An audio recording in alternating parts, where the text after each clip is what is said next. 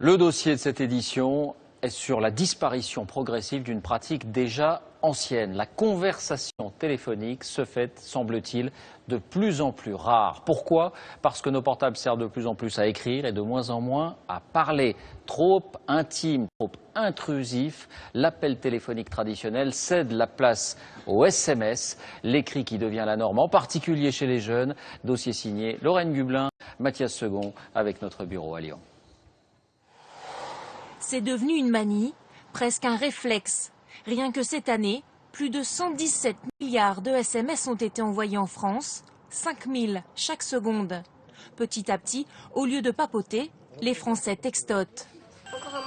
Les cris que certains annonçaient en perdition seraient-ils en train de prendre sa revanche? Lina. Oui. Joue. Lina, 16 ans, est en pleine partie de cartes avec son petit frère. J'étais au point de gagner. Son téléphone, toujours à portée de main. Lina. Oui. Car au même moment, Joue. Lina est en conversation avec 5 autres personnes par texto. Oui. Joue. Là, maintenant, c'est pour me donner rendez-vous pour tout à l'heure quand j'ai entraînement. Et voilà.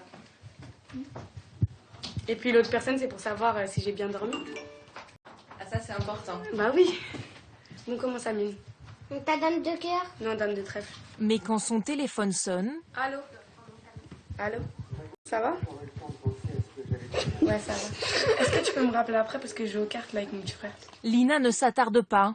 Vas-y, bisous. Les appels la dérangent.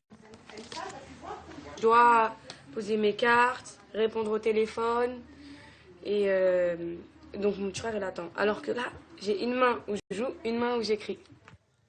Une manie des messages qui a contaminé toute la famille.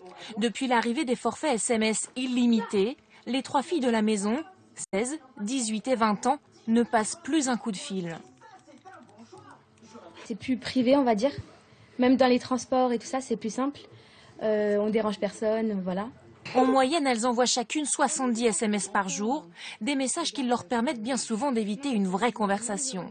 Elle l'utilise tout le temps, quand il y a des conflits, quand il y a des problèmes. Voilà, et quelque part, moi, c'est aussi ne pas affronter vraiment les gens en face à face. Le SMS aurait surtout l'avantage, selon ses utilisateurs, d'être moins intrusif. Quand vous appelez, vous avez la nécessité de vous couper du monde dans lequel vous êtes. Avec le SMS, vous pouvez très bien être dans une réunion, dans une autre activité, et avoir un autre univers social qui intervient dans ce monde-là sans être intrusif. Il n'y a pas que les jeunes générations qui se sont converties au SMS. Vous en séparez jamais alors? Non, c'est un peu comme une troisième main, effectivement.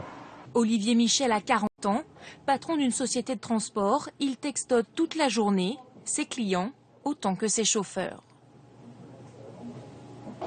Principalement pour des changements de véhicules, principalement pour des changements d'horaire, principalement pour des changements de planning. Pour lui, les textos sont plus efficaces que les appels. Pas de perte de temps en longue conversation. On n'est pas obligé de le lire tout de suite. On est informé qu'il y a quelque chose qui s'est passé. Donc on est moins dépendant de l'appel, où il faut absolument répondre, parce qu'il peut y avoir une modification importante. Je pense qu'aujourd'hui, le SMS donne une information que l'on peut lire quand on le souhaite. Discret, rapide et efficace, encore faut-il parvenir à déchiffrer le SMS. Oui, l'écrit prend sa revanche, au détriment parfois de l'orthographe.